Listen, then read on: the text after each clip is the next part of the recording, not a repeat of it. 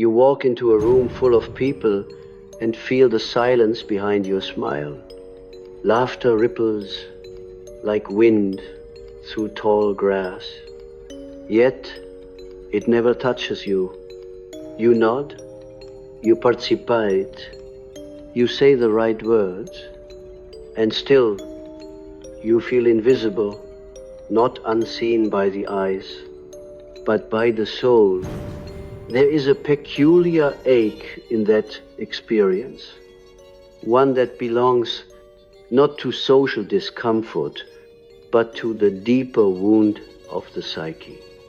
This is what I have called emotional invisibility, the disconnection between one's inner reality and the world's mirror, when your true essence remains unacknowledged. The ego begins to tremble, and the shadow begins to whisper. You see, to be unseen is not merely to be ignored. It is to exist in the presence of others without resonance. It is to cast a light that others cannot perceive because their eyes are adjusted only to surfaces. And so the soul retreats underground into what I have called the unconscious, that vast secret kingdom beneath the threshold of awareness, where forgotten feelings, unrealized potential, and repressed truth sleep. When no one recognizes your authentic being, you begin to doubt that it exists at all. You begin to play roles, to wear masks, to perform an acceptable self that can be seen but not known. This mask is what I called the persona, the social face we build to meet the demands of collective life. The persona is useful. Without it, we would be raw and defenseless before the world's expectations.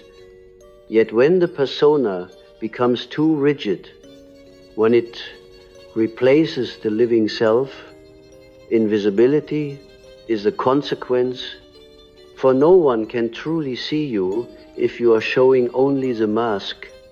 The tragedy is that many people live their entire lives this way, admired, even loved, but never recognized in their essence. They mistake attention for visibility, applause for intimacy, and belonging for being seen. But visibility, in its truest sense, is a spiritual event. It is the moment when another consciousness perceives your interior world and says, I see you there, behind the form. Why, then, does the modern soul crave visibility so desperately? Because our civilization is built upon appearances. We are educated to think, not to feel. We are trained to adapt, not to become. And so the individual becomes a ghost wandering among objects, a collection of roles, images, and social codes. But the soul, that ancient flame within you, cannot survive on external validation.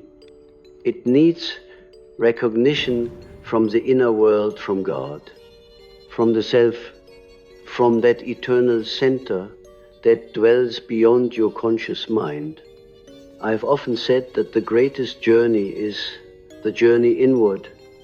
The unseen person must descend into the darkness to find the one who sees the divine eye within. The experience of invisibility is not punishment, it is invitation. It invites you to withdraw from the marketplace of impressions and to rediscover the reality of your own being. It compels you to realize that visibility from others is a reflection, but visibility from within is revelation. When you feel unseen, you are unconscious is often alive with symbols, dreams, and archetypes trying to show you what has been disowned.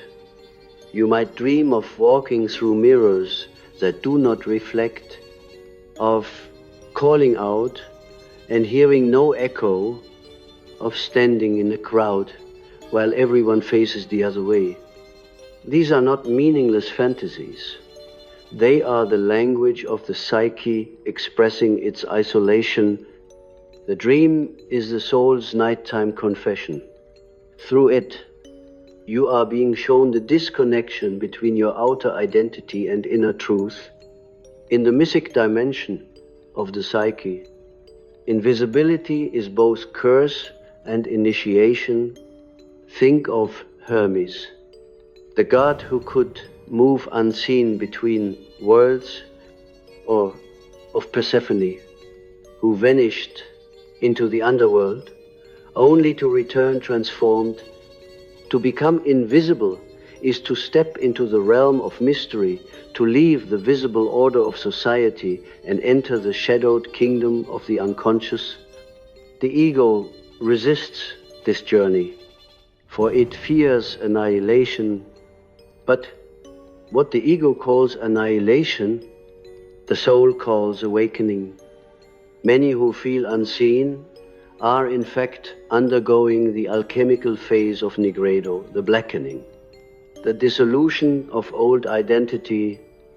It feels like loss, but it is the soil in which new consciousness grows. The world cannot see you because you are not yet visible even to yourself. You are dissolving the persona, and in that dissolution you become transparent to the deeper forces shaping you.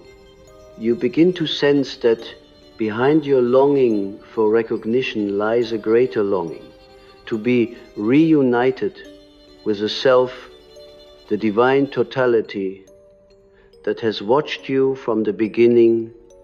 The self does not need to be seen by others, because it is both seer and seen.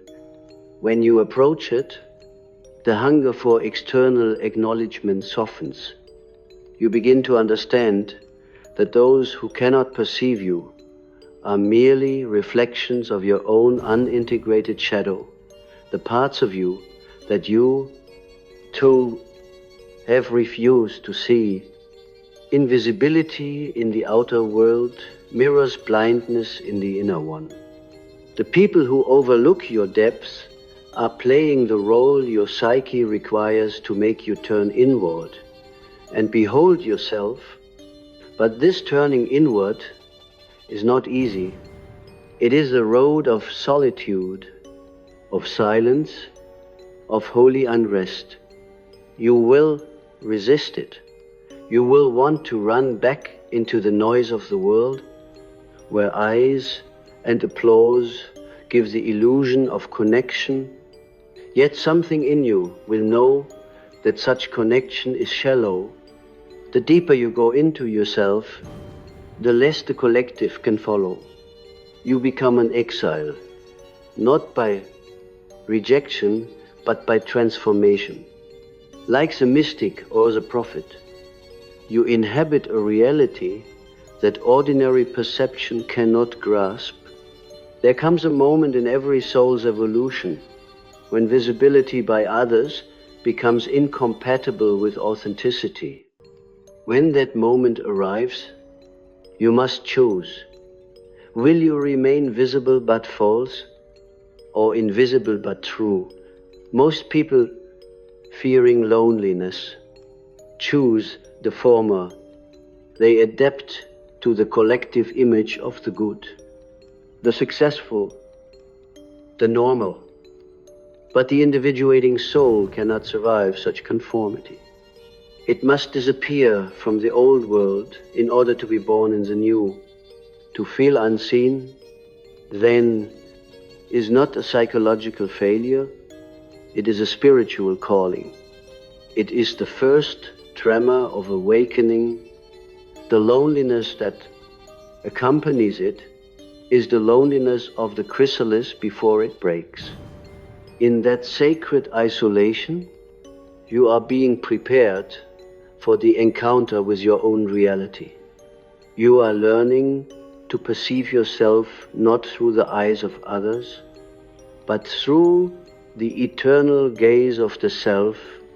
That gaze does not flatter, but it redeems. Listen to your invisibility. Do not drown it with distractions or beg for recognition. Sit with it as you would sit with a wounded child.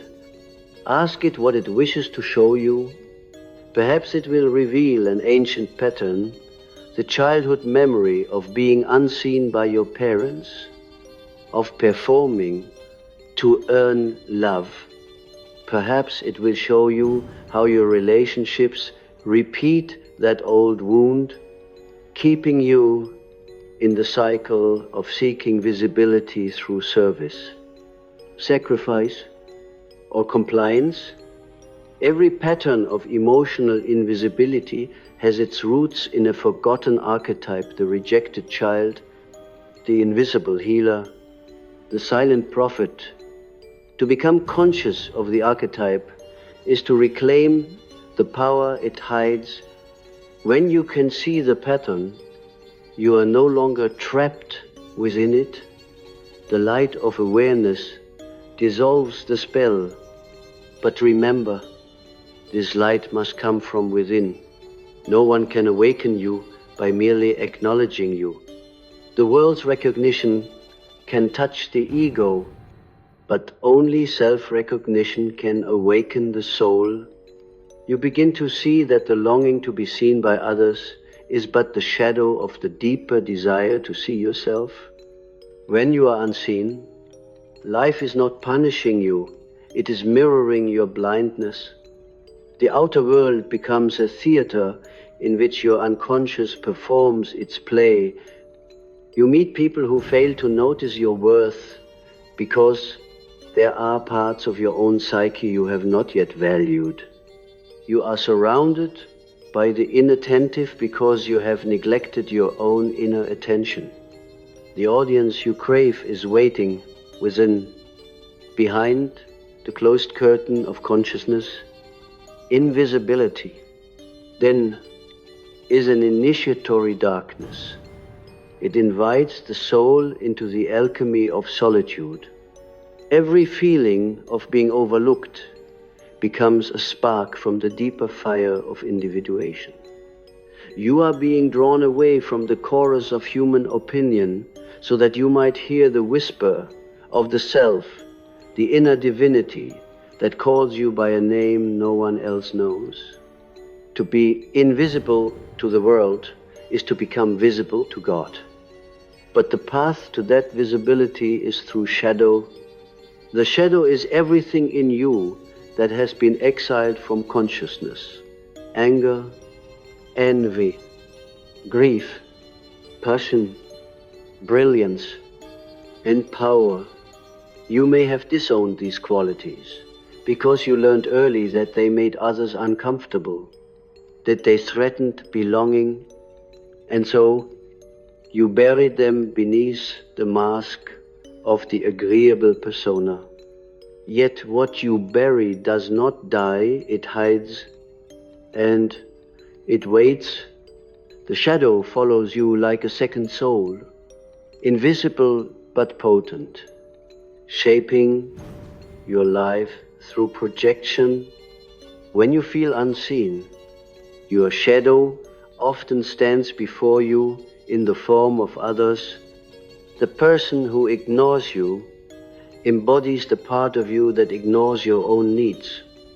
The lover who cannot recognize your depth reveals the aspect of yourself that fears intimacy with your own depths. Every relationship becomes a mirror of unconscious dynamics. The more you seek external acknowledgement, the further you move from the inward reconciliation. That alone can heal invisibility. The integration of the shadow begins when you stop blaming the outer world for your pain and start asking, what in me has chosen this experience? This question is not an accusation, it is an invocation of awareness. It allows you to retrieve the projections you have cast upon others. The moment you recognize the unseen parts of yourself, something miraculous occurs. The outer world begins to respond differently. Visibility flows naturally from authenticity, not from effort. When you are true to your inner pattern, life becomes a mirror that reflects it. There is also a subtler dimension to emotional invisibility, the neglected relationship between consciousness and the anima, the soul image. In men, the anima represents the feminine aspect of the psyche, emotion, intuition, imagination, relatedness. In women, her counterpart is the animus, the inner masculine, the principle of logos and direction. When the anima or animus remains unconscious, the outer relationships become distorted projections of these inner figures. You may find yourself repeatedly drawn to people who neither see nor value you because they personify your disowned inner opposite. The man whose anima is wounded will seek women to carry his unlived emotion, yet he will resent them for the very depth he cannot yet face in himself. The woman whose animus is unconscious will seek men to provide strength or clarity, yet she will be invisible to herself as long as she denies her own authority. These unconscious patterns create the strange repetition of being unseen, misunderstood, or undervalued. You are not cursed. You are projecting a part of your own soul onto others, begging them to reflect it back. But only when you turn inward and meet that archetype within do you become whole. The anima, when integrated, restores color to existence. She is the bridge between the ego and the self, between the seen and unseen worlds. She gives feeling its sacred depth. When you converse with her through dreams, art, or meditation, you rediscover the lost language of the psyche. The images that rise from the unconscious are her voice, their invitations to see yourself as soul, not as persona. When you accept her guidance, you begin to perceive the divine intelligence within your invisibility. You realize that what you called loneliness was the silence before revelation. Many of my patients experienced this moment as a dream, standing in a crowd, unnoticed, until a mysterious figure appeared and met their gaze with perfect understanding. That figure was not another human, it was the self, clothed in symbolic form. The recognition they longed for in the world had always awaited them within. Such dreams mark the threshold of transformation. The psyche uses invisibility to wean the soul from dependence on collective approval. What feels like rejection is actually initiation into individuation. To live as a conscious individual in a collective world is to walk invisibly at times. The masses cannot see what has not yet awakened in them. Their perception is bound to the level of their own development. Therefore, do not condemn them for failing to recognize you. Instead, bless the blindness that frees you from conformity. Every prophet, every mystic, every artist has known this exile. It is the desert of individuation, where the soul learns to draw nourishment not from applause but from essence.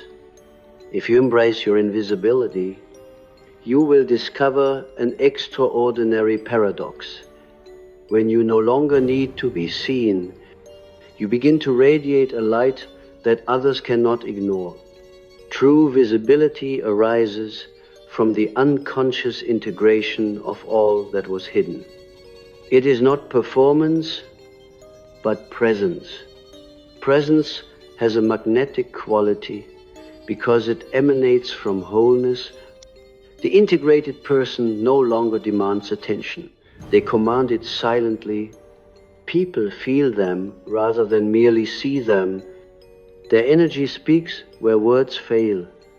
But beware, this transformation demands death, the death of the image you have served. The persona must crack open.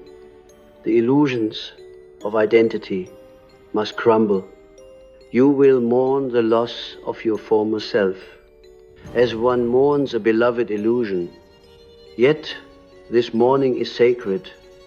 Out of its ashes arises the authentic being, luminous and free. To the world, such a person may still appear ordinary, even invisible, but to those with eyes of soul, their presence is unmistakable. Invisibility, then, is not an absence, it is a veil, and veils are meant to be lifted, not by others, but by your own awakening gaze. When you pierce the veil of your own unconscious, you become transparent to the divine. The world no longer needs to see you, for you have become one with the seeing itself. There comes a moment when invisibility ceases to feel like exile and begins to feel like sanctuary. You start to sense that something vast is protecting you from premature recognition. You realize that if the world had seen you too early, it might have claimed you, shaped you into its image, and stolen the mystery that was still forming in your depths. The soul hides itself not out of shame, but out of sacred timing, what the ego calls rejection. The self calls incubation. The seed does not curse the soil for being dark. As you journey deeper into your inner world, the silence around you becomes alive. You begin to perceive that the unseen dimension of your life is not empty, but populated by living symbols. Every emotion you once dismissed as loneliness now carries the voice of an archetype trying to reach you. The invisible realm becomes a temple of initiation, where your own soul instructs you through paradox and metaphor. It teaches you to see without eyes, to listen without words, to love without needing to be seen. This is the awakening of divine sight, a seeing that perceives essence rather than appearance. When divine sight opens, you understand that every human being walks invisibly through life, concealed behind their own mask of adaptation. You see the frightened child behind the boastful adult, the unhealed wound behind the angry critic, the yearning heart behind the indifferent face. Compassion arises not as moral duty, but as recognition. You are looking into mirrors. The people who once overlooked you are themselves unseen by the world. Your pain was never personal. It was archetypal. The collective unconscious holds the same wound in every soul, the wound of separation from its own source. And here lies the great paradox. When you accept your invisibility, you become capable of truly seeing others. The ego's eyes look outward to be recognized. The awakened eyes look inward, and through that depth perceive the divine in all things. You no longer seek validation, because perception itself becomes communion. Seeing and being seen merge into one luminous act. You begin to sense the divine presence looking through your eyes, and you realize it was never you who wanted to be seen. It was God within you longing to recognize himself through form. In that moment, your emotional invisibility transforms into spiritual transparency. You no longer radiate the anxiety of needing to be understood. You become still, like a clear pool, and others who gaze into you find themselves reflected. This is why people are drawn to those who have made peace with their invisibility. Their presence becomes a mirror for the divine. The invisible one becomes the healer, the quiet teacher, the friend who awakens forgotten light in others without ever demanding to be acknowledged for it. Such a soul has passed beyond the commerce of recognition. They have become what the mystics called hidden saints. But to reach that state, you must surrender the old story, the belief that visibility equals value. The modern psyche, conditioned by noise and image, fear disappearance, yet the sacred psyche knows that vanishing from the world's gaze is the first step toward merging with the eternal. When the false self dissolves, what remains is not emptiness but presence.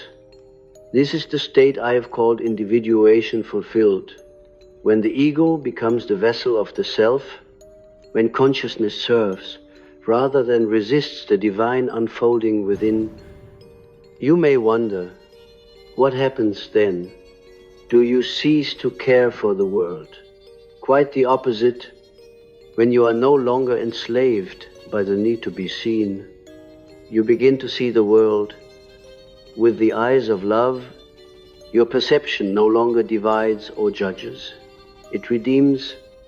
You see through appearances into the hidden archetypal beauty of things. The tree is no longer wood and leaves. It is a symbol of rootedness and transformation. The face of a stranger becomes the mask of an eternal friend.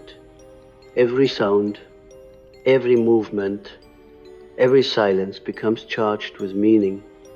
This is not imagination, it is vision.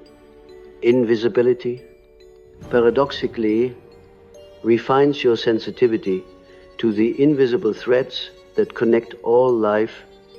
You begin to live synchronistically. Events seem to arrange themselves with mysterious precision. You think of someone and they appear. You dream of a symbol and the next day it manifests in waking life. These are not coincidences, but the signs of alignment with the self. When the conscious and unconscious cooperate, life becomes a dialogue between seen and unseen realities. You are no longer lost in outer circumstances. You are guided from within by the subtle intelligence of the soul. Do not mistake this for isolation. True solitude is not loneliness, but communion with the eternal. In that inner stillness, you feel the pulse of the world beating in your own blood. You understand that every invisible pain you have carried was part of humanity's collective initiation. You were never apart from life.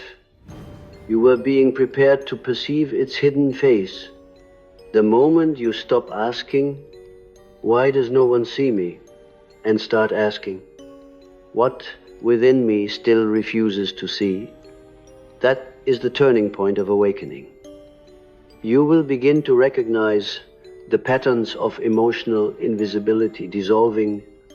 The people who once ignored you start to respond differently, but not because they have changed, because your vibration has, when the shadow is integrated, your energy no longer demands recognition.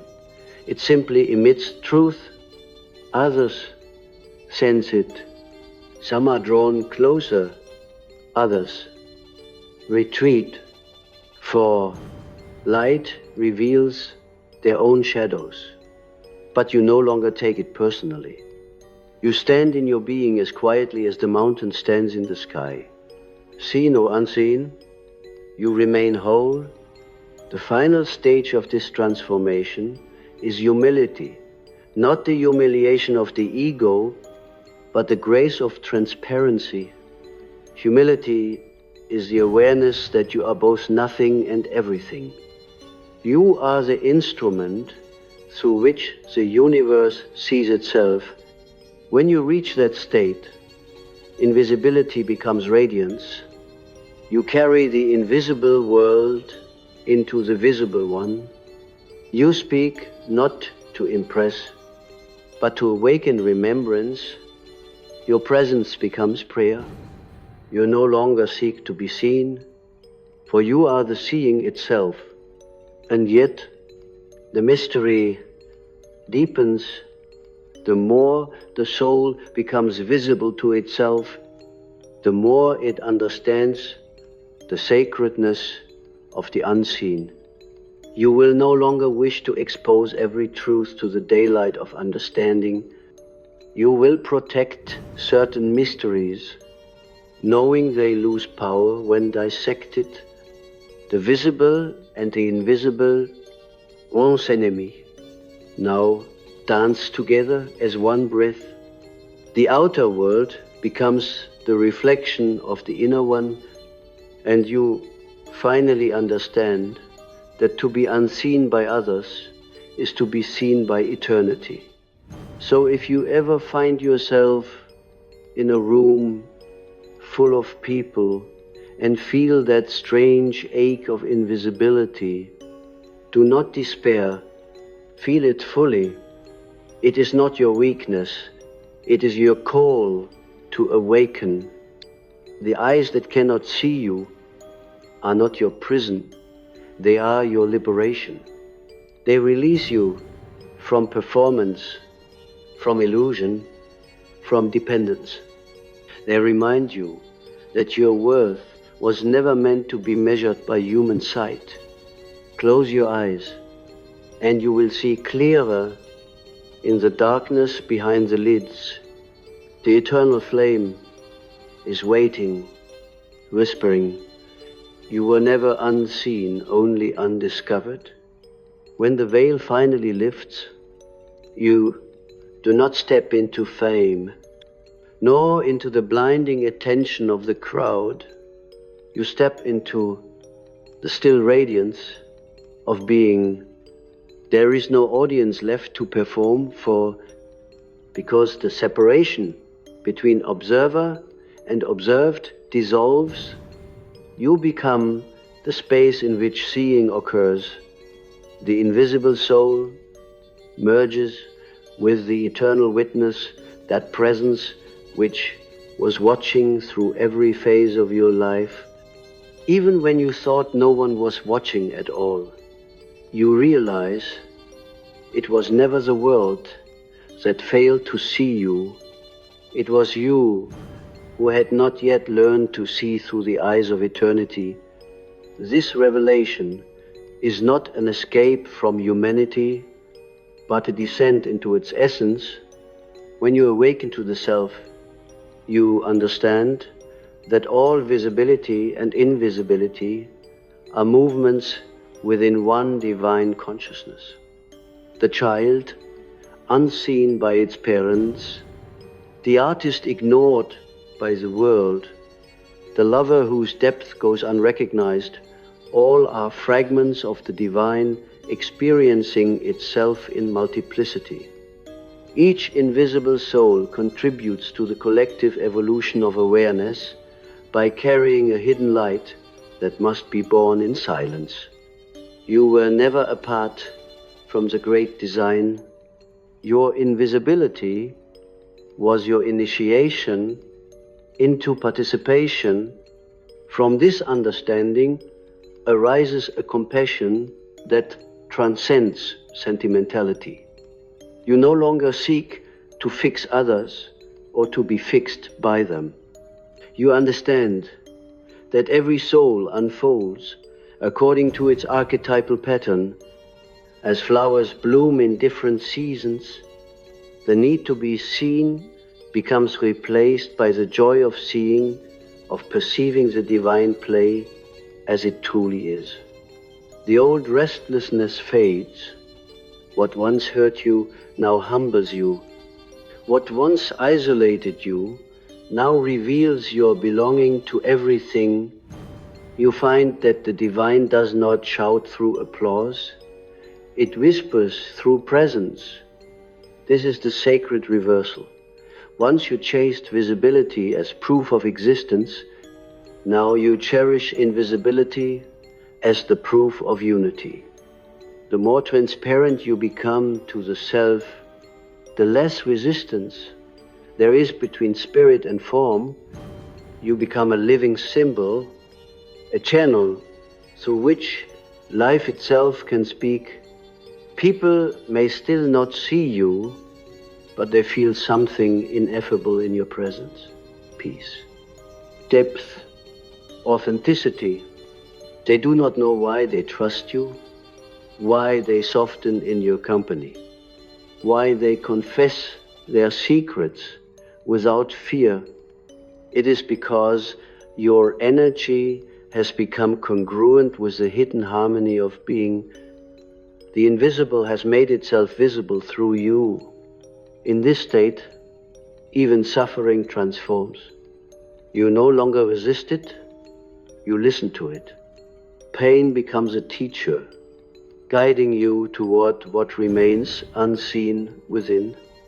Each wound becomes a doorway, each loss a mirror. You learn that visibility and invisibility alternate like breath, one revealing, one concealing, both necessary for life. You no longer cling to either. You live as the witness of both, serene in the rhythm of the eternal dance. This is what I called individuation, not isolation, but the fulfillment of the soul's pattern within the whole. And so the question, why do I feel unseen, evolves into the realization I was never separate. What began as anguish becomes devotion. The invisible becomes the sacred. You begin to move through the world as one who belongs everywhere and to no place in particular.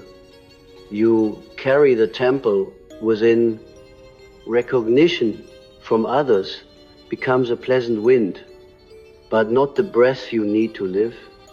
You breathe instead from the center of being itself, the self, that eternal axis around which all opposites revolve. To live in this awareness is to move through life as both dreamer and dream.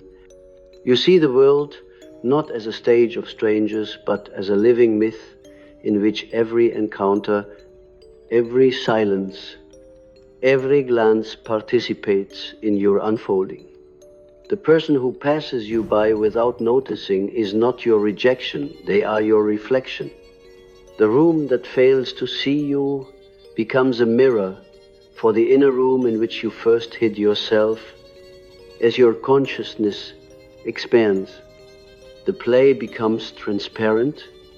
You can feel the archetypes moving beneath the surface of ordinary events, the child seeking love, the hero facing the void, the sage emerging from darkness, you realize that all souls are characters in the same divine dream, awakening together at different tempos. At this level, even the concept of being seen dissolves, for who is there to see and who to be seen when all are one perceiving consciousness? Visibility becomes vibration. To be is to emit. Your presence becomes the light itself. You understand now why invisibility was necessary.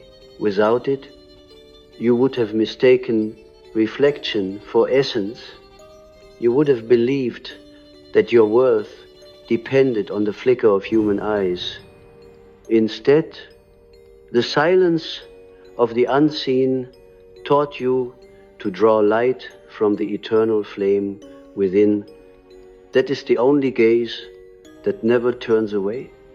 And yet, paradoxically, those who find this inner visibility often become beacons in the outer world, not because they seek to be known, but because truth cannot help but shine. They write, they heal, they create, not for recognition, but for expression. Their work carries a vibration that awakens memory in others. It is not fame they transmit, but frequency. Their lives become symbols that reawaken the collective to its forgotten soul. This is how the invisible transform the world quietly, through resonance. So when you walk through that crowded room again and feel unseen, remember that is the beginning of vision. The ache in your chest is the self pressing against the walls of your old identity. It is saying, you are not here to be seen, you are here to see. Close your eyes in that room and feel the invisible pulse connecting you to every living being. Feel the great web of soul stretching beyond sight, vibrating through silence. You are part of that web. You are the invisible thread that holds the visible together. To live from this truth is to carry light without seeking credit. It is to love without possession, to speak without echo, to exist without need for applause. It is to stand in the quiet authority of your being, knowing that the universe itself bears witness to you. The stars see you, the unseen sees you. And in the final revelation, you realize that visibility was never the goal. Union was, you were seeking not to be seen by others, but to be reunited with a divine eye that has always seen you. This is the culmination of the invisible journey. The soul, having wandered through the deserts of neglect and the nights of silence, returns home to its own gaze. It stands before the mirror of eternity and finally recognizes its reflection. The invisible becomes the infinite, and in that moment, there is no longer loneliness, no longer searching, no longer hunger. There is only the quiet, radiant knowing, I am seen, I am